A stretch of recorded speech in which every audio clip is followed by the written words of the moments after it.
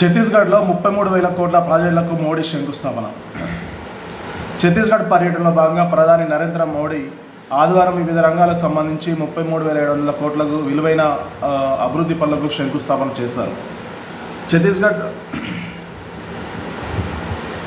ఛత్తీస్గఢ్ రాష్ట్రంలోని బిలాస్పూర్ జిల్లా మెహాబట్ట గ్రామంలో జరిగిన కార్యక్రమంలో పాల్గొన్నారు. Main line electrical multiple unit train సర్వీస్ను ప్రారంభించారు. ప్రధానమంత్రి ఆవాస్ యోజన లబ్ధిదారులకు 3 ఇంటి తాళాలు అందజేశారు.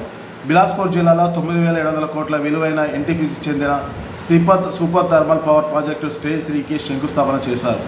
ఛత్తీస్గఢ్కు చెందిన 15,800 కోట్ల విలువైన మొదటి super critical thermal power project ప్రారంభించారు.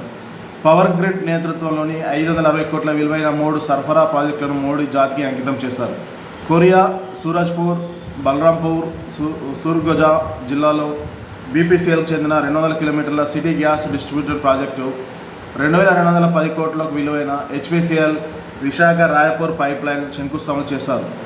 2,690 కోట్ల విలువైన 108 కిలోమీటర్ల పొడవైన 7 రైల్వే ప్రాజెక్టులను శంకుస్థాపన.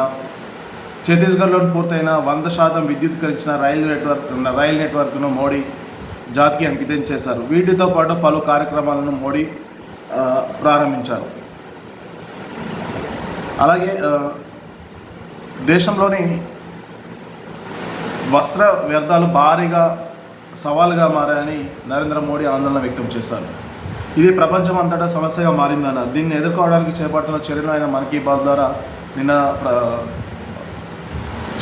మన్ కీ బాత్లో ప్రసంగించారు. ప్రస్తుత కాలంలో కొత్త దుస్తులు కూరగానే పాత దుస్తులను వదిలించుకునే సంస్కృతి ప్రపంచవ్యాప్తంగా పెరిగిపోతుందన్నారు. ఈ వస్త్ర వ్యర్థాలను ఏం చేయాలన్న విషయమే అంతర్జాతీయంగా అనేక పరిశోధనలు సాగుతున్నాయన్నారు. ప్రపంచంలో వస్త్ర వ్యర్థాల ఉత్పత్తిలో మన దేశం 3వ స్థానంలో ఉందన్నారు. అయితే ఇలా నిన్న ఛత్తీస్గఢ్లో పర్యటించిన నరేంద్ర మోడీ రెండు ప్రాంతాల్లో, ఒకటేమో ఛత్తీస్గఢ్లోని మరొకటేమో ఢిల్లీలోని మన్ కీ బాత్ ప్రోగ్రాంలో మాట్లాడారు. ఛత్తీస్గఢ్లోనూ దాదాపు 33,700 కోట్ల విలువైన పలు అభివృద్ధి ప్రాజెక్టులను శంకుస్థాపన చేశారు. అలాగే మన్ కీ బాత్లో మాట్లాడుతూ మన దేశంలోని వస్త్ర వ్యర్థాలు విపరీతంగా పెరిగిపోతున్నాయనేసి, ప్రపంచంలోనే వస్త్ర వ్యర్థాల ఉత్పత్తిలో 3వ భాగంలో చేరుకుందని ఆందోళన వ్యక్తం చేశారు. దీన్ని ఏ విధంగా ఎదుర్కోవాలని ప్రపంచ స్థాయిలో అనేక పరిశోధనలు కొనసాగుతున్నాయనేసి నరేంద్ర మోడీ మన్ కీ బాత్లో పేర్కొన్నారు. అయితే ఇందులో ఇంకోటి విషయం ఏంటంటే, ఛత్తీస్గఢ్ పర్యటనకు ముందే 50 మంది మావోయిస్టులు నిన్న సుక్మా ఐజీ ముందు వాళ్ళు లొంగిపోయారు. బస్తర్ ఐజీ సిద్ధరాజన్ ముందు 50 మంది మావోయిస్టులు లొంగిపోయారు. ఇది ఒక మావోయిస్టులకు కోలుకొని దెబ్బ. అలాగే ప్రభుత్వం పునరావాసం భాగంలో కల్పిస్తున్న తక్షణ సాయం కింద 25,000ను 50 మందికి తక్షణ సాయంగా 25,000 చెక్ను వాళ్ళకి అందజేశారు. ఛత్తీస్గఢ్ను అభివృద్ధి పదంలో ఉంచి ఆదివాసీలను గిరిజనులను ఆదుకుంటామనేసి, అన్ని విధాలుగా ప్రభుత్వ పథకాలను వారి ఇంటి ముందు ఉంచుతామనేసి ఇదివరకే హోంమంత్రి అమిత్ షా వెల్లడించారు. ప్రస్తుతం నరేంద్ర మోడీ కూడా ఛత్తీస్గఢ్లో దాదాపు 33,700 కోట్ల విలువైన పనులకు అభివృద్ధి పనులకు శంకుస్థాపన చేశారు. రానున్న రోజుల్లో మరికొన్ని అభివృద్ధి పనులకు నిధులు కేటాయించే అవకాశం ఉంది. అయితే